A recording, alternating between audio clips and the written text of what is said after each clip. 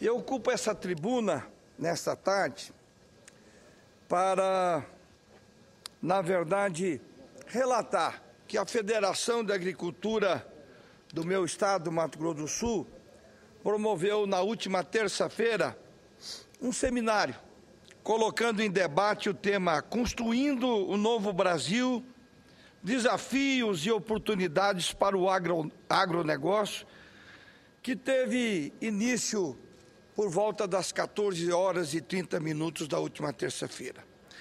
Como palestrante, aliás, eu fiquei positivamente impressionado pela qualidade da palestra dos senhores convidados, mas estiveram lá o professor José Roberto Mendonça de Barros para traçar um cenário econômico e os desafios do setor, para depois compor uma mesa de debate mediada por uma outra sumidade em economia do agronegócio, o professor Marcos Yankee, presidente da Monsanto no Brasil, doutor André Dias, a minha amiga, secretária de Estado, Tereza Cristina, e também o nosso presidente da Federação, Eduardo Riedel. Eu, senhora presidente, modesta e humildemente, também fiz parte, evidentemente, não com o mesmo brilho, nem com o mesmo conhecimento dos ilustres convidados.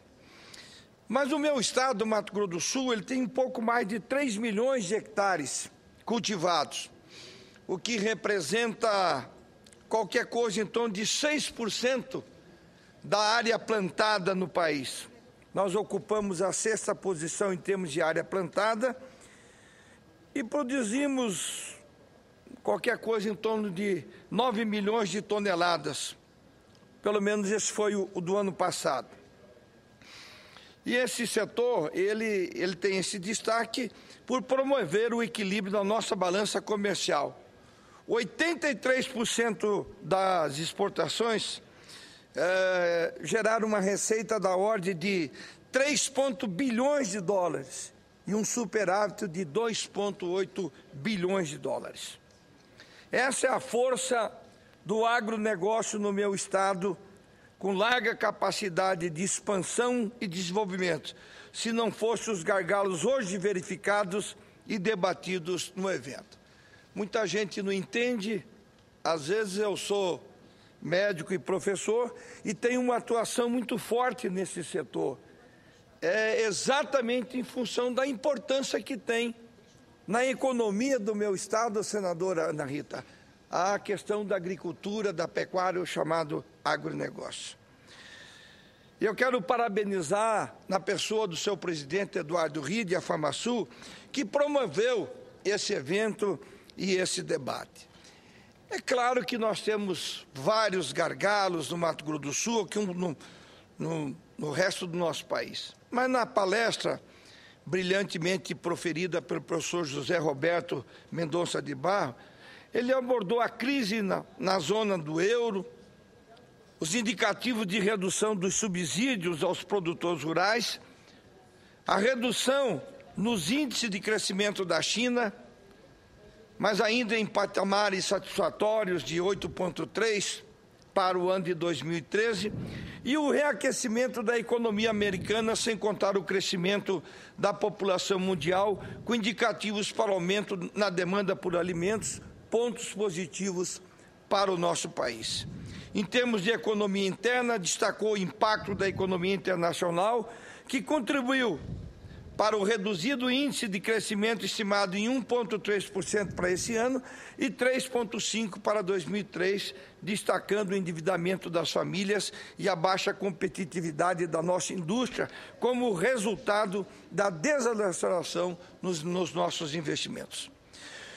No agronegócio, o cenário é diferente, graças à inovação tecnológica, que contribuiu para o crescimento da produtividade, sem ampliação significativa da área plantada. Na verdade, nós, nas últimas décadas, aumentamos a produção em cerca de 234% e aumentamos a área plantada, ocupada em apenas 34%.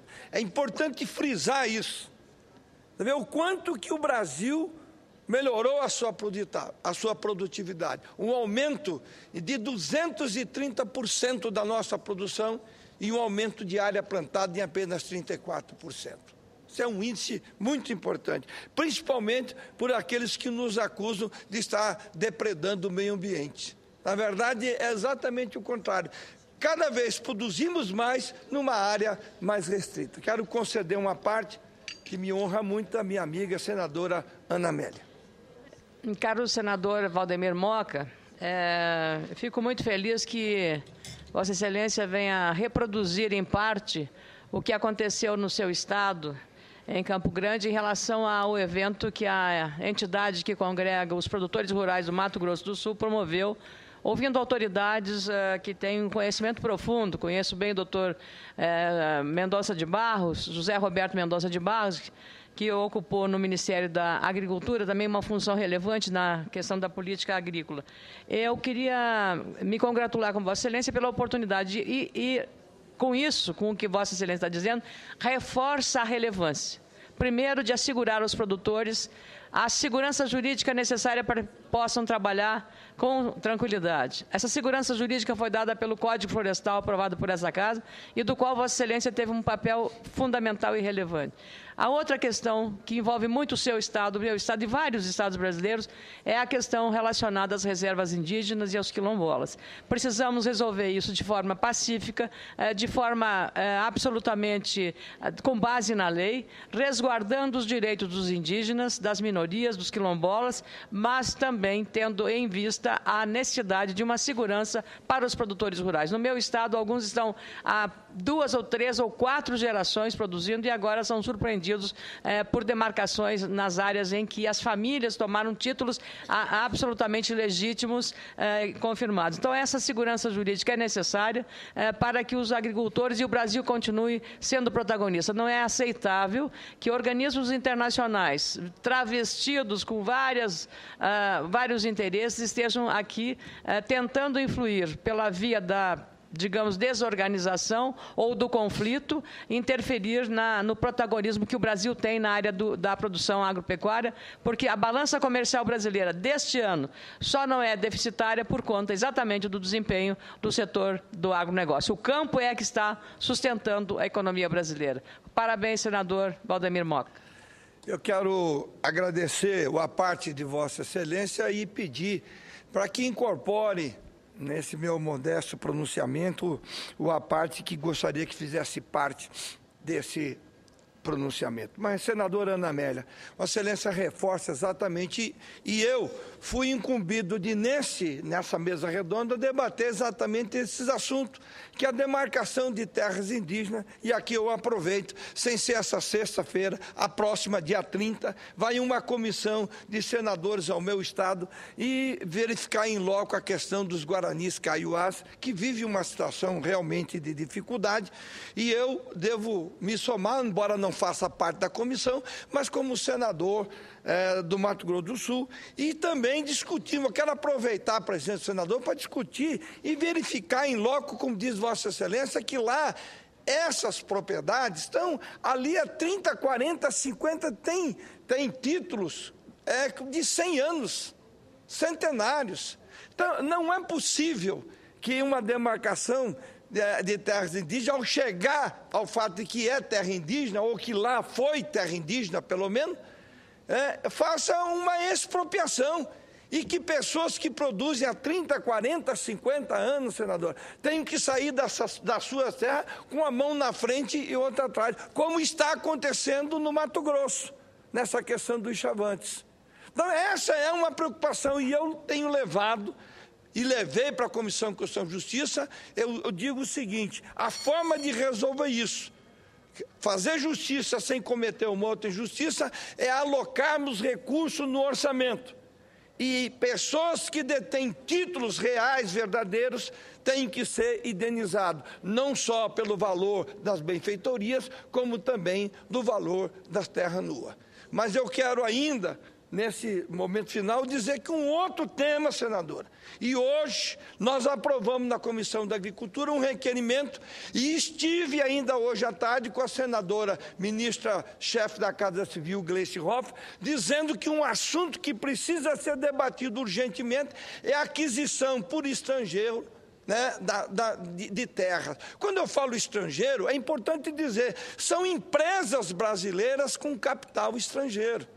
Agora, eu também tenho uma preocupação, nós não queremos que as nossas terras sejam compradas por pessoas que estão especulando, mas você impedir um investimento, como é o caso do Mato Grosso do Sul, de mais de 13 bilhões de reais, investimentos em indústria, agroindústria. Quer dizer, são indústrias como, por exemplo, a chamada indústria da celulose.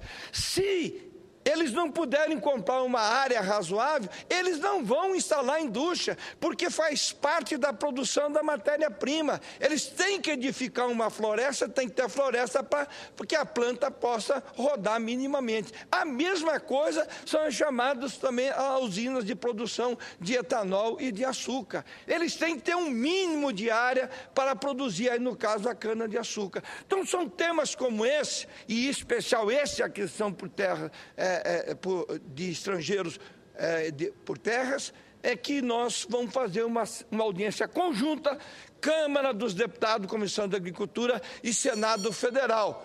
E eu gostaria de contar, e nós vamos convidar, né, várias autoridades, entre elas a ministra Gleice, o advogado-geral da União, Luiz Adman, e outros que possam nos ajudar a debater, e vamos contar, certamente, é meu convidado, o ex-ministro da Agricultura, Roberto Rodrigues, que eu quero que ele faça a mediação desse debate, que eu acho que é uma pessoa que não pode ser confundido com um lobista, que é uma pessoa que tem uma posição de respeito internacional e uma postura sempre muito equilibrada.